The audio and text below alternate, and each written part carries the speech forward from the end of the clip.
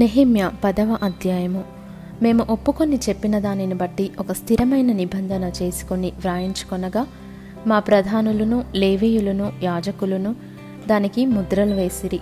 దానికి ముద్రలు వేసిన వారెవరనగా, అధికారియగు హకల్యా కుమారుడైన నెహెమ్యా, సిద్కీయా, షెరాయా, అజర్యా, ఇర్మియా, పషూరు, అమర్యా, మల్కీయా, హట్టూషు, షెబన్యా, మల్లూకు, హారీము, మెరేమోతు, ఓబద్యా, దానియేలు, గిన్నెతోను, బారూకు, మెషుల్లాము, అబీయా, మియామిను, మయజ్యా, బిల్గయి, షెమయా, వీరందరూ యాజకులుగా ఉండువారు.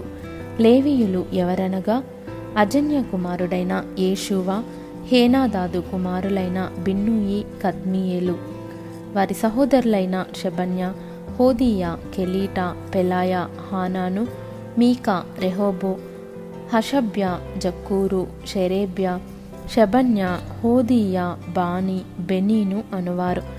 జనులలో ప్రధానులెవరనగా, పరోషు, పహత్మోయాబు, ఏలాము, జత్తు, బాని, బున్ని, అజ్గాదు, బేబై, అదోనియా, బిగ్వయి, ఆదీను, అటేరు, హిస్కియా, అజ్జూరు, హోదీయా, హాషుము, బేజయి, హారీపు, అనాతోతు, నేబై, మక్పియాషు, మెషుల్లాము, హెజీరు, మెషేజబెయేలు, సాదోకు, యద్దూవ, పెలట్యా, హానాను, అనాయా, హోషేయ, హనన్య, హష్బూబు, హల్లోహేషు, పిల్హా, షోబేకు, రెహూము, హషబ్న, మయషేయ, అహియా, హానాను, ఆనాను, మల్లూకు, హారిము, బయన అనువారు.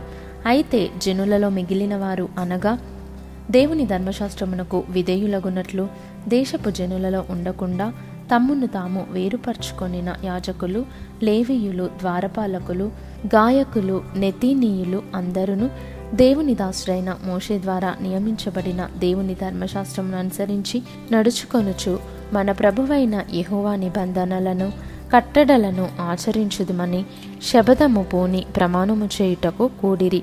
వారి భార్యలు, వారి కుమారులు, వారి కుమార్తెలు, తెలివియు బుద్ధియు గలవారెవరో వారును ఈ విషయములో ప్రధానులైన తమ బంధువులతో కలిసిరి. మరియు మేము దేశపు జనులకు మా కుమార్తెలను ఇయ్యకయు, వారి కుమార్తెలను మా కుమారులకు పుచ్చుకొనకయు నుందుమనియు, దేశపు జనులు విశ్రాంతి దినమందు అమ్మకపు వస్తువులనే గాని భోజన పదార్థములనే గాని అమ్ముటకు తెచ్చిన ఎడల, విశ్రాంతి దినమున గాని పరిశుద్ధ దినములలో గాని వాటిని కొనకుందుమనియు, 7వ సంవత్సరమున విడిచిపెట్టి ఆ సంవత్సరములో బాకీదారుల బాకీలు వదిలివేయుదుమనియు నిర్ణయించుకొంటిమి. మరియు మన దేవుని మందిరపు సేవ నిమిత్తము ప్రతి సంవత్సరము తులము వెండిలో 3వ వంతు ఇచ్చెదమని నిబంధన చేసుకొంటిమి. సవరింపబడిన రొట్టె విషయములోను, నిత్య నైవేద్యము విషయములోను, నిత్యము అర్పించు దహనబలి విషయములోను, ప్రతిష్ఠితములైన వస్తువుల విషయములోను, ఇశ్రాయేలీలకు ప్రాయశ్చిత్తము కలుగుటకైన పాప పరిహారార్థ బలుల విషయములోను, మన దేవుని మందిరపు పని అంతటి విషయములోను అలాగుననే నిర్ణయించుకొంటిమి.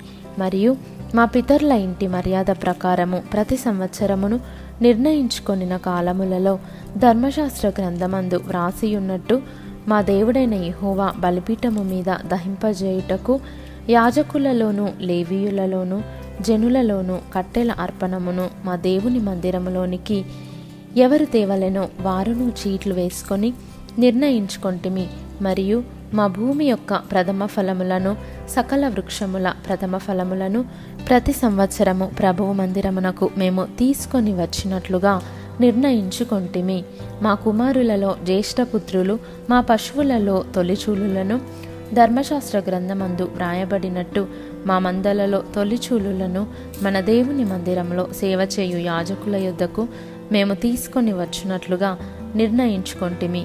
ఇదియుగాక మా పిండిలో ప్రథమ ఫలము, ప్రతిష్టార్పణలు, సకల విధమైన వృక్షముల ఫలములు, ద్రాక్షరసము, నూనె మొదలైన వాటిని మా దేవుని మందిరపు గదులలోనికి యాజకుల యొద్దకు తెచ్చినట్లుగాను, మా భూమి పంటలో 10వ వంతును లేవీయుల యొద్దకు తీసుకొని వచ్చినట్లుగా ప్రతి పట్టణంలోనున్న మా పంటలో 10వ వంతును ఆ లేవీయులకు ఇచ్చినట్లుగాను నిర్ణయించుకొంటిమి.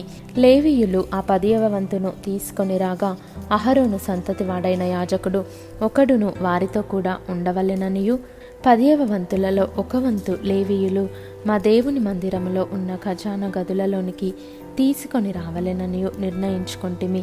ఇశ్రాయేలీయులను లేవీయులను ధాన్యమును క్రొత్త ద్రాక్షరసమును నూనెను తేగా సేవ చేయు యాజకులను ద్వారపాలకులను గాయకులను వాటిని తీసుకొని ప్రతిష్ఠితములగు ఉపకరణములుండు మందిరపు గదులలో ఉంచవలెను. మా దేవుని మందిరమును మేము విడిచిపెట్టము.